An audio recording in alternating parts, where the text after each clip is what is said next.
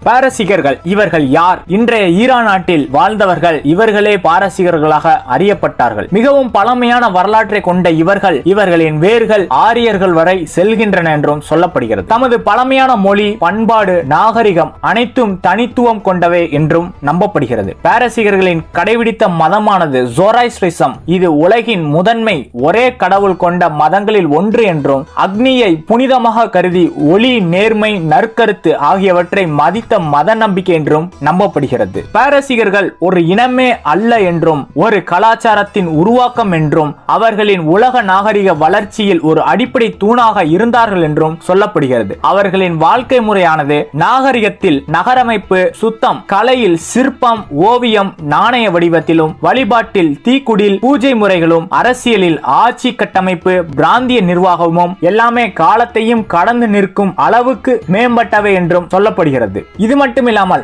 வரலாற்றின் வெள்ளையடியில் ஒளிந்திருக்கும் ஒரு பேரரசு தான் அச்சமெனைட் பேரரசு.